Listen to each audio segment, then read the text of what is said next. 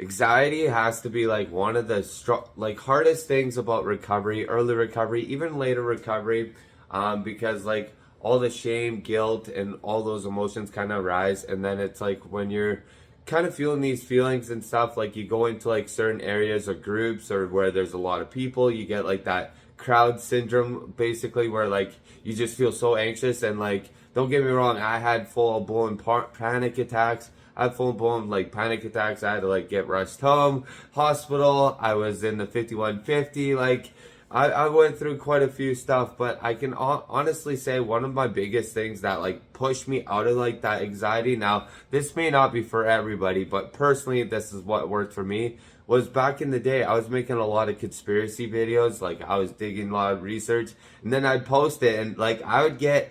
Don't get me wrong, I had a lot of positive comments, but I had a lot of negative comments. And it was kind of like, oh, okay, that's how people are. And then, like, because I kept doing it and kept doing it, and people were calling me, uneducated, you're this, you're that. Oh, I can't believe you're this. Oh, you're wrong. The scientific book says this, and blah, blah, blah. Now look at the truth. I was telling people about, good old Jeffrey boy in the island. I said, yeah, that's happening. I was told, oh no, you're wrong, you're wrong. Well, that is a fact. Diddy the Diller, I said that there was probably a celebrity doing that type of stuff too.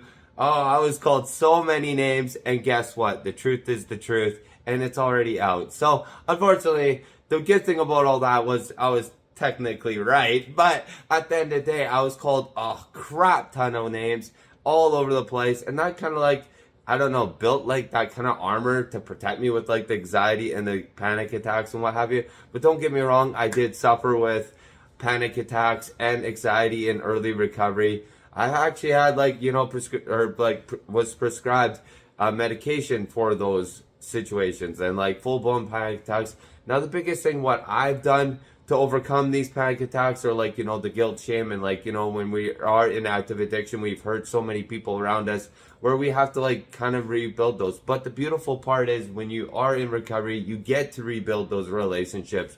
So if you hurt like your friends, your family, your sisters, your brother, whoever in the active addiction, now you can actually put the work in to repair those relationships that you want and desire to have. So that is the nice thing about recovery, because if you're still in active addiction, no one wants to be around you. Honest truth. And especially if anyone is like sober. Like, I don't want to be around people that are falling down drunk. It's like, dude, like, why? Right? You know what I mean? And then that helped me with anxiety, is I got really comfortable with loving myself and just being comfortable who I am. And like putting so much work and energy and time and getting in shape, eating better as best as I can, going for activities, going outside, doing all these like activities and stuff. That honestly is what like got me to become who I am, where I'm like basically can like just stand here and like, oh, okay, no problem, right? And like I don't really have those emotions. Don't get me wrong, they do come up like in certain ideas, like group things, like when there's a lot of people. I have social anxiety just because like I was like kind of like the closet drug user, right? I kind of hid at home and did it most of the time.